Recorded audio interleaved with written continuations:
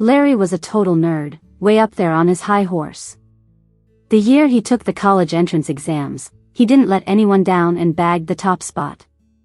Everything was smooth sailing for him, and he made quite a name for himself. Fast forward a few years, we're at a class reunion.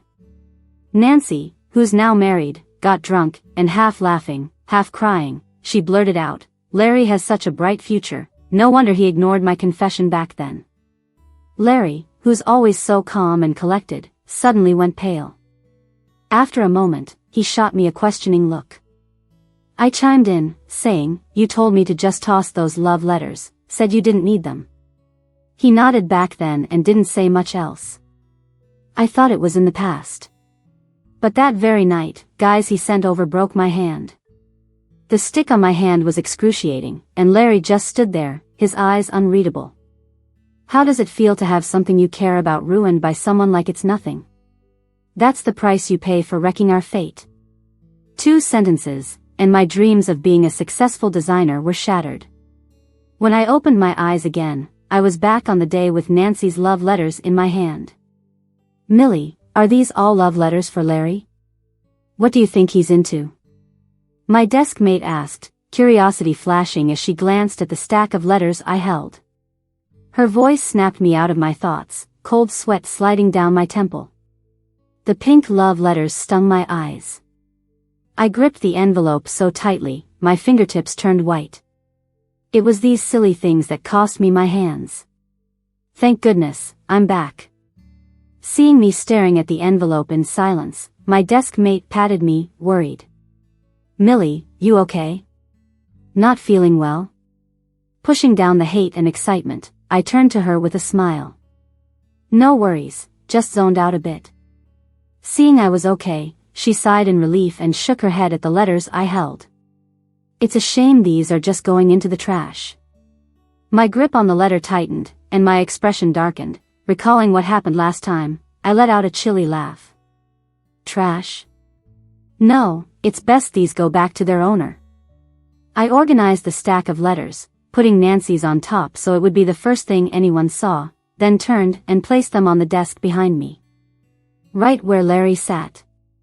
He wasn't there now, but he'd see them right away when he returned. My desk mate looked at me, puzzled by the sudden change. I smiled. I thought it through, better let him decide for himself. It's not really my place to interfere. She blinked and nodded, guess that makes sense. When the break was almost over, Larry came back from the teacher's office. He looked at the letters on his desk, frowned, and called my name, Millie. He stopped mid-sentence. I rolled my eyes and turned around, putting on a facade. "What?" He didn't reply, his gaze fixed on the letters, emotions swirling in his eyes. Nancy's neatly written name affected him. After a while, he picked up the letter, speaking coolly, "Nothing." Seeing the corners of his lips lift, I knew what was up. He's happy, finally getting his beloved's heart. The more I saw that smile, the more it made me sick. Last time, Larry, all high and mighty, asked me to deal with his letters. He didn't want small things distracting him from studying. He ignored his admirers, letting them endlessly bother me. Considering our family's ties, I thought it was no big deal, just a little sacrifice of my time. But as he made a name for himself, he said he regretted it because my actions made him miss his one true love in this lifetime. Instead of blaming his pretentiousness or stupidity, he broke my hands for what he called his pure love. Disgusting. Now we're in senior year, swamped with schoolwork. It's exhausting. I never thought something so trivial would lead to his revenge. If he hadn't treated me that way, I wouldn't have realized how disgusting he is. You told me not to bother you with love letters, but later you said it was my fault you missed out. Like I'd know which love letter came from your true love among hundreds. You're not my child. Why so much trouble? Last time, dealing with letters annoyed me. I'm not a garbage collector, and I had to study. If it weren't for our family ties, I'd have thrown those letters in his face.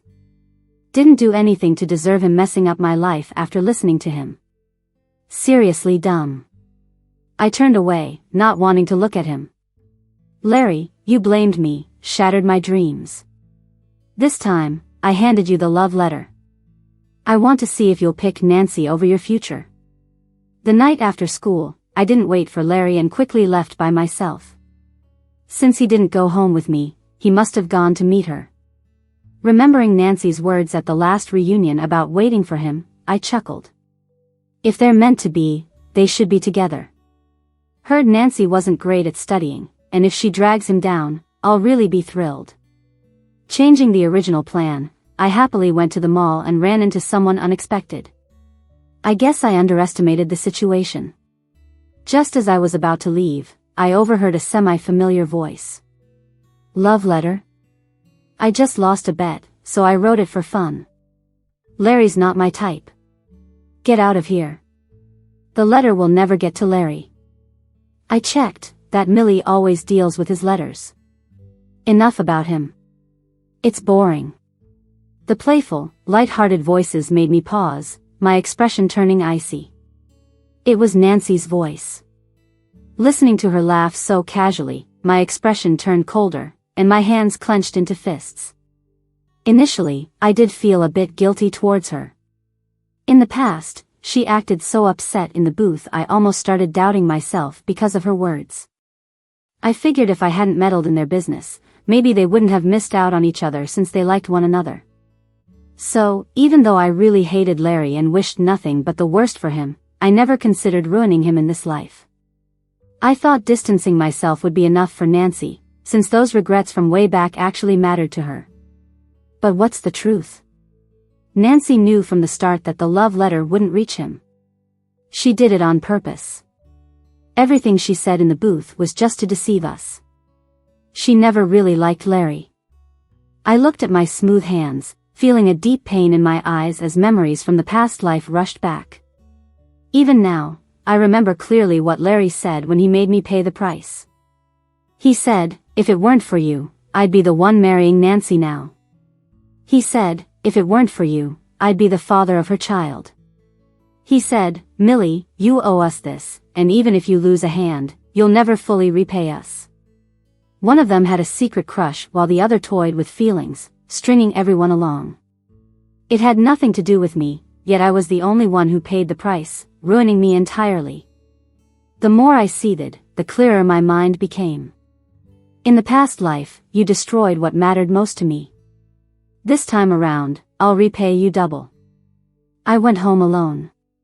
My mom served me dinner and worriedly asked if I knew where Larry was since he hadn't come home yet. Of course, I knew.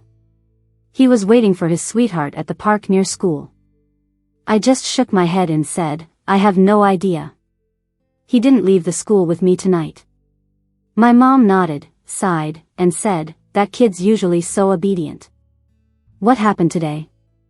I remained silent, finished eating, and went back to my room. Larry was found around midnight. My mom told me he caught a chill and got a fever right after getting home, and later his dad drove him to the hospital that night. When Larry got discharged, the first thing he did was corner me in some empty spot at school and question me. Even though he'd just recovered from an illness, his face still looked pale. But his eyes were sharp, staring right through me. Millie, did you say something to Nancy? After asking, he started studying my face.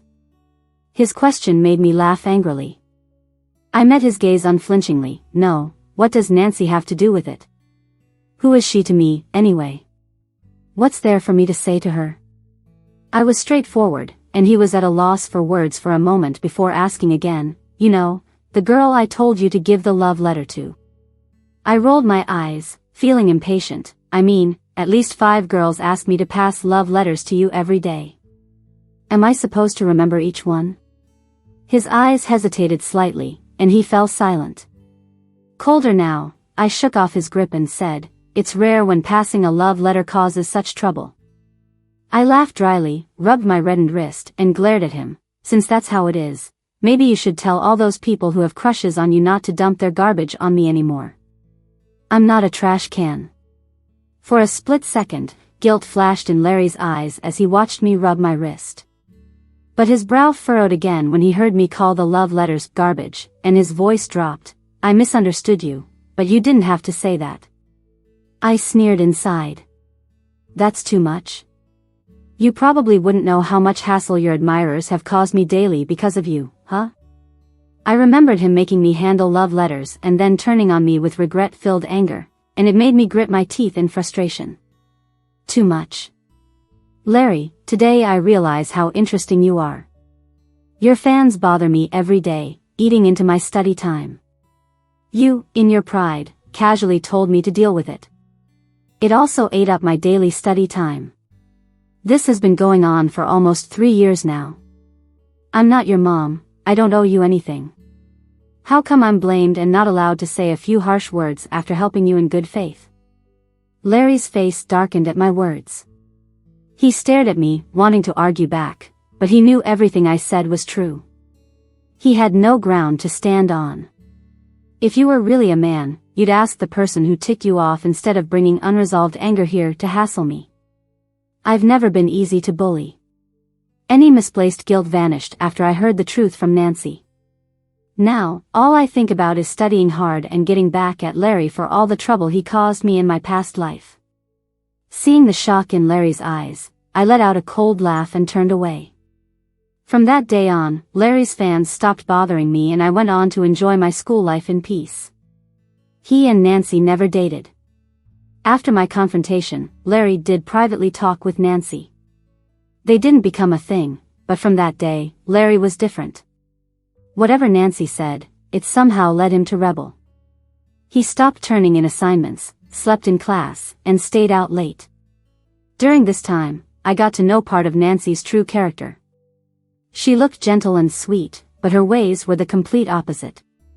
She was always at the bottom of the class, never took her studies seriously, and bars and nightclubs were her usual hangouts. She loved to have fun and play around, never taking Larry seriously. Someone like that used to be the type Larry most disliked, but at this age, Nancy's contrast fascinated him. Larry went after her, getting more absorbed with each step. Soon enough, he lost his former grace entirely. They were never discreet, and Larry's attitude in class deteriorated further until they were both called to the teacher's office. It was break time, and lots of classmates gathered around to see what the fuss was about. The teacher's scolding and attempts at advice mixed with Nancy's denial of their relationship, trying to sound aggrieved. The crowd outside was even more thrilled. They pieced together what was going on for others who were out of the loop. I found out what Nancy said to Larry too. I knew it because I purposely got angry and yelled. That pushed Larry's male pride a bit and made him go talk to Nancy. At that time, Nancy confessed with guilt that she wasn't good at studying. She regretted sending the love letter and didn't want to jeopardize his future, so she didn't show up for their date. Larry totally understood her and offered to tutor her, but Nancy said she's hopeless and told him to forget it ever happened. After that, Larry, who had been top of the class, began to slack off. All so he could match her and make Nancy feel comfortable being with him. He was committed, even when a teacher today forced him to cut ties and focus back on studies. He flat out refused. The teacher was furious but didn't want to lose Larry, the top student, so he immediately called both their parents to come and talk. Nancy walked out of the office with a smile, acting like having her parents come to school was no big deal. She glanced at me with a playful look and nodded toward Larry. It was like she was saying, "Look, the tattletale's here." Larry still looked indifferent, but there was a reckless vibe about him now. He followed Nancy's gaze to me, frowned, and I saw dislike in his eyes. I was helpless seeing them blame everything on me. I didn't get it.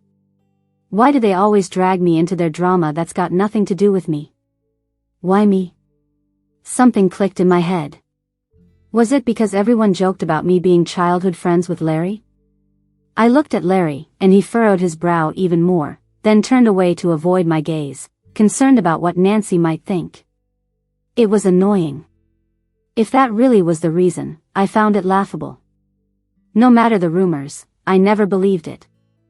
I never thought there was anything beyond friendship between me and Larry. I always thought he felt the same way. Turns out, I was totally wrong. No wonder he was so cruel to me in the past. He thought I was sabotaging his relationship with Nancy out of selfishness.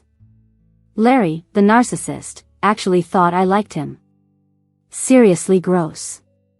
I looked at Nancy's smugly triumphant expression. Felt like I swallowed a fly. These two were using me to drive their relationship. Sickening. I couldn't even pretend to smile at them. When my desk mate and I returned to class, their parents had already arrived at school. Larry's mom was teary-eyed and scolded Larry, who couldn't even lift his head. Nancy seemed way more chill. A fancy lady said a couple of sentences, then walked off with a nonchalant Nancy. My desk mate Belle sighed after watching them and said to me with sympathy, "Your Larry is bound to be disappointed." We got along well after a few days together, so she knew there was nothing but friendship between me and Larry, speaking without reservation. I curiously asked, "Why do you say that?" Bella hesitated, then said, "Nancy's the daughter of the biggest real estate mogul in town. She's supposedly going to be part of an arranged marriage. You and Larry were always so into your studies, it makes sense you didn't know. Nancy's dated quite a few guys, and her family doesn't mind as long as she doesn't go overboard. She's used to playing around and never takes breakups hard. I doubt she'll treat Larry any different." I nodded, understanding. How could Larry think he was special? I didn't know Nancy well, but given Larry hung out with them, he must know Nancy's dating history. If he chose to be love-struck, that's his problem. The clearer things became, the more I despised Larry's character. He was smart, he must have known Nancy couldn't avoid an arranged marriage. He knew but couldn't change anything, so I was his scapegoat, his emotional punching bag. Calmly accepting the truth, I smiled slightly at my thoughts. I wondered how Larry, who couldn't negotiate much with Nancy's family even at the peak of his career, planned to hold on to his love this time. When I got home, Mom and Dad were waiting in the living room. They subtly inquired about Larry's romance, relieved when they saw I didn't react, then lectured me on the downsides of early dating. I listened with a grin and reassured them multiple times until they were satisfied and stopped. Mom handed me my phone, saying, "Your phone's rung a few times today. Check who it is." They wanted me to check it, yet didn't leave, eyes full of suspicion. I knew the whole Larry thing spooked them. They didn't want me heading down the same path, which I understood. However, when I opened it and glanced, my smile vanished instantly. "Millie, you told on us, didn't you?" "That's disgusting," was a text Larry sent half an hour ago. Seeing my face drop, my parents asked, "What's wrong?" I took a deep breath and showed them the screen. After seeing it, my mom's face visibly darkened, and my dad looked pissed too. I said coldly, "They're very public about it at school. It's hard for teachers to miss." I wasn't going to get involved. Despite the good relations between our families, my parents couldn't stand me taking the blame and being insulted. So when I stood up to confront next door, they went with me. When the door opened, Larry's mom, looking worn out, smiled upon seeing us. To be honest, she'd always been nice to me. In the past life, even though Larry shamelessly hurt me and disregarded my parents' feelings, I never wanted to unleash my anger on them. But now, Larry's arrogance and narcissism have gone too far. I really need to set things straight and show where I stand before he assumes I won't confront him in front of our parents and keeps bothering me. I can't let my retreat be the reason he keeps attacking me.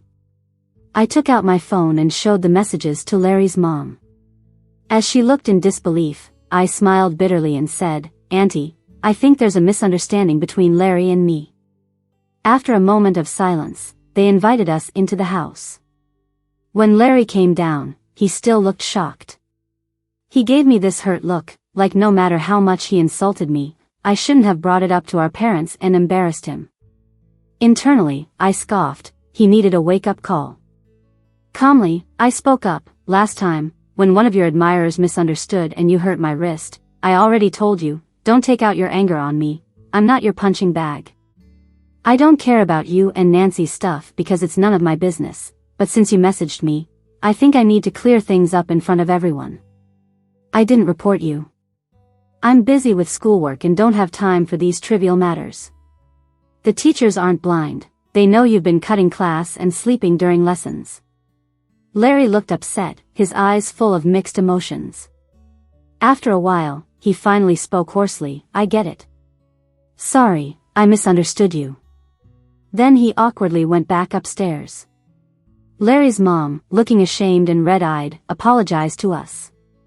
Seeing that I had made Larry bow his head, my mom quickly reassured her, "It's just a misunderstanding. It's no big deal. Don't worry about it." On the way home, my parents were quiet. Just as I thought they wouldn't say anything, my dad spoke up. "Millie, stay away from Larry. He's irresponsible, loses his temper for no reason, and his personality is too unstable." Mom agreed, exactly, no matter how talented, if someone has a bad attitude, it's pointless. I nodded quickly. They were spot on. Larry was just a weirdo with a twisted mind. From that day on, Larry never contacted me again. When he returned to school after 3 days, I heard from my parents that his parents tried to talk him down, but he refused. He even had a huge fight with them that night because they wanted him to break up, and his dad ended up in the hospital. Instead of going with his dad, Larry came back to school while nobody was home to stop him. He was even more flamboyant than before, wearing an earring and trading his school uniform for a flashy leather jacket, catching everyone's attention. Nancy finally showed interest when she saw the flashy, handsome Larry coming out of the classroom. Maybe she found it amusing, or she was moved by someone willing to give up everything for her. So Nancy officially started dating Larry. Before, they were more reserved on campus, only misbehaving a little during class. But now, with Nancy having a partner in crime, she brought her bad outside habits to school. They smoked, got into fights, and even thought it was fun to threaten younger students. The dean criticized them several times, and seeing Larry didn't care, decided to kick him out of the elite class. Our homeroom teacher was too disappointed in him to object. It's not worth keeping a bad influence around that might affect us. I focused on my studies, hoping to score better on the exams, waiting for the right moment to settle this. Living close to Larry's family, I could hear when things got loud over there. After a week of not coming home, Larry got into another big fight with his parents when he finally returned. Larry's mother threatened to cut ties with him, hoping he'd go back to his old self. Larry didn't care, saying that if they wanted to cut ties, go ahead. He didn't want to return to that boring life. When he left, slamming the door, his furious dad ended up hospitalized again. He was there for 2 days, but Larry never visited. The parents got really heartbroken by their son who didn't care at all about them anymore, and they stopped trying with him. Now Larry was completely out of control, dyeing his hair a bright red, and hanging out with Nancy all the time. They held hands, hugged, kissed, seeming all lovey-dovey until a big shocker dropped. Nancy cheated, hooking up with a bartender. Larry got into a fight, and who knows what else happened that night, but she broke up with him after. The whole thing blew up. Nancy slapped Larry at the school gate, crying before running off. I happened to be nearby and saw the whole thing clearly. The once proud and arrogant Larry, left with a red, swollen cheek, looked briefly irritated before awkwardly chasing after her. Watching him spiral down like that, I couldn't help but softly chuckle. This mess is bound to reach the guy Nancy's family planned to pair her up with. Sure enough, a few nights later, when I came home, there was Nancy, crying outside Larry's house. I walked past pretending not to notice and eavesdropped from the corner of the stairs. Nancy cried, grabbing Larry, "It's all your fault. I got dumped. You happy now? I was meant to marry into a wealth family, now my cousin got that chance. My parents even threw me out."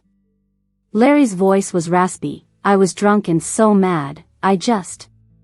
After a pause, he went on, seemingly happy, "Nancy, trust me, I'll take responsibility. I'll treat you right." They embraced, getting all lovey-dovey, oblivious to others' presence. Listening in the shadows, I let out a cold laugh. Turns out, in his drunken rage, Larry forced Nancy. No wonder her family abandoned her so quickly. Both Nancy's family and the one she was to marry off into are big companies and value profit over everything. She wasn't smart and had no standout talents. Her only edge was her looks and the likes of her arranged partner. Now she has gotten involved seriously with someone else, and it's not just a small fling anymore. How could a proud person like him still want her after this? Once her engagement was broken, and she had no value left, the family just dumped her and replaced her with another girl. I shook my head, my eyes full of mockery. I had thought of a few backup plans to deal with them, but it turns out I overestimated them. They really managed to mess things up without much help from me. Ever since Nancy got abandoned by her family, she didn't dare act all arrogant anymore. She used to be so cocky and offended a lot of people. Now, those people, seeing her being discarded, wait for her at the school gate every day. Without any backup, she got too scared to even go to school. She's been staying at Larry's house while his parents were out of town. The tables turned dramatically.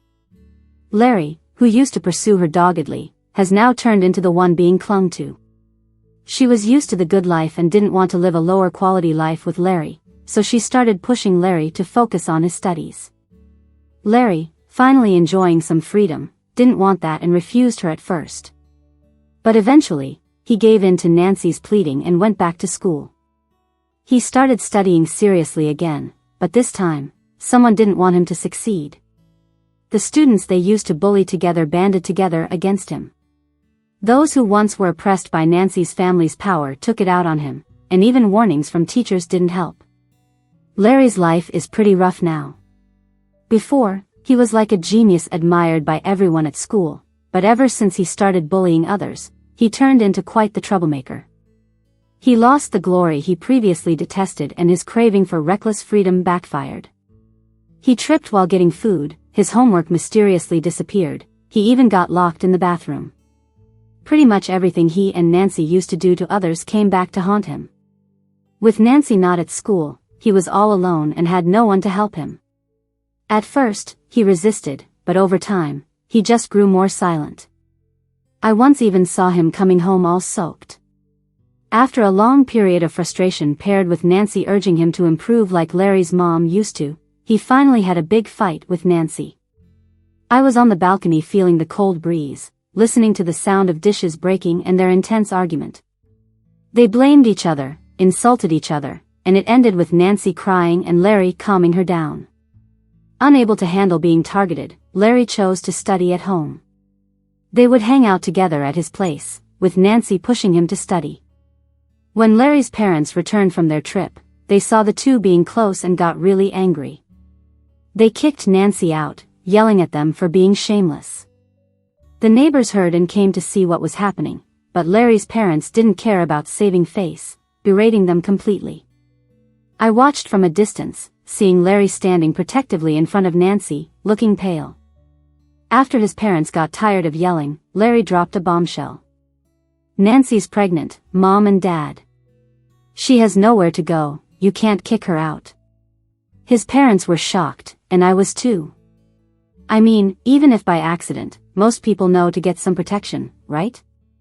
It's just too ridiculous.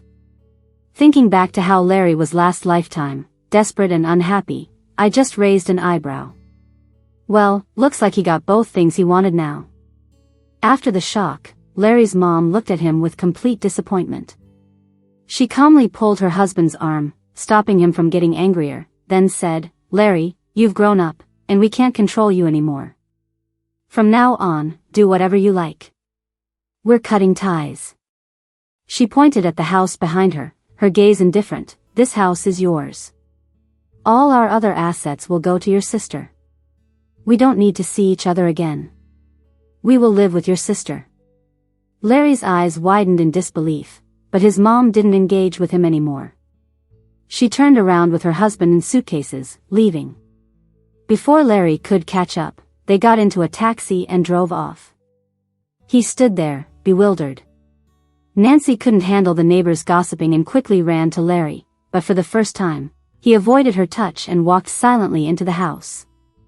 Nancy was stunned for a moment, then bit her lip and hurried after him. I was surprised by Larry's parents' decisiveness, but then I thought it was probably the best outcome. Larry is too self-centered and would eventually make them lose all hope. It's good that things turned out this way. College entrance exams were approaching, and I got more and more focused on my studies, not bothering with Larry's issues anymore. Even though he hasn't been studying for a long time, with his smarts, getting into a good college isn't really a problem. But from the things I found out recently, I don't have to worry about it. There's someone who'll make sure he doesn't get his way. My parents, nervous, studied with me, encouraging me not to stress and just do my best. Seeing them wear mismatched slippers in their worry, I didn't have the heart to tell them I wasn't nervous at all. Once college entrance exams were over, I finally relaxed and started paying attention to things around me again. Bella seemed to have done well and laughed about how she'll definitely end up at the same school as me. I smiled back, congratulating her early. Then, her smile vanished and she gave me a pitiful look. Larry didn't take the exam. Just like that, the genius lost everything. I wasn't sure how she knew this much, but it didn't stop me from asking questions. When I asked, she glanced around, then whispered, the day before the exam, his hand got broken by someone. They said it was so bad a passerby had to take him to the hospital. That's why he missed the exam. I chuckled to myself, fully aware of the irony. Is this karma? Larry ruined my dreams in the past life, and in this life, his hopes got shattered in the most crucial thing. Funny enough, I should probably thank Nancy's ruthless fiancé for this outcome. It doesn't just satisfy him, even I find it quite satisfying. I smiled and turned to her. Let's not talk about him anymore. We're finally free. How about we take a trip and relax? Bella's eyes lit up, and she quickly nodded in agreement. When I came back a month later, the admission letter had arrived. I chose the same college as before, determined to fulfill the dream I couldn't achieve in the past life. Since my parents knew I did well in the exams, they'd been traveling everywhere. No one was home, so coming back meant packing up my stuff. My parents bought an apartment near my college. We're planning to settle there, so we probably won't visit here often. They are busy traveling, so they asked me to handle the packing and moving. I wanted them to enjoy their time, so I agreed to do it on my own. I wasn't expecting to run into someone I didn't want to see, Larry. He looked very different. He seemed unkempt, eyes red as if he hadn't had a good night's sleep in a while. When he saw me, he paused for a moment and then walked over quickly. As he got closer, he seemed a bit awkward. After 2 or 3 seconds, he realized and put his hand behind his back, offering a smile. Long time no see. I noticed the deformation and twisting in his fingers but didn't comment. I just smiled and nodded. I wasn't interested in catching up with him, I just wanted to go home. Larry must have sensed this. He looked a bit embarrassed but didn't step aside. After a long silence, seeing my impatience, he said with a bitter smile, Millie, I've always regretted it. If that love letter hadn't been on my desk, maybe things wouldn't have ended up this way. I froze, looking up at him. He seemed unaware and kept going on about his recent troubles. I hadn't heard about him in ages. After getting my revenge, I moved on and forgot about him. It was only Larry, trapped in past memories and pain. I stayed silent, listening to him talk. He said he lost contact with his parents and had no way to fix things. He said Nancy betrayed him despite his sacrifices, leaving him with no future. I watched him blame others for his mistakes, unsurprised. Larry was selfish, always thinking only of himself without genuine self-reflection. He never owned up to his actions, seeing himself as a victim. The best thing with people like him is to keep your distance. After his rant, Larry looked at me in agony. Millie, I wish you hadn't put that letter on my desk. No matter what, he'd never be satisfied. Even with a second chance at life, he still thought everyone misunderstood and wronged him. I looked him straight in the eye, smirking. So you regret it, want your glorious life back, then you'd still be unhappy missing out on love and blame me for your hands, right? He watched me with a pale face. Is this your revenge for hurting you? He revealed his hands, showing me. I glanced, then laughed. You got it wrong. I didn't do this. I only put the letter on your desk, as you wished. I don't have time to waste on you. I have a lot going on. He looked at me for 2 seconds, then gave a bitter laugh, nodded, I see. Sorry, I misunderstood you. He apologized, turned around, and walked away. I watched his back for a long time. The next day, he died from suicide. Before he died, he updated his last social media post, I regret it. I want to go back. I don't want love anymore. I found it amusing. How can a perpetually selfish person ever find happiness? Thinking back to his question about revenge, I smirked. I didn't lie, but it wasn't entirely the truth either. I posted fake job ads at their favorite bar, which drew in some guys Nancy liked. I just set the stage. I never thought Nancy would genuinely take the bait, especially with her ex. I barely did anything at all. They did themselves in. How could I be at fault?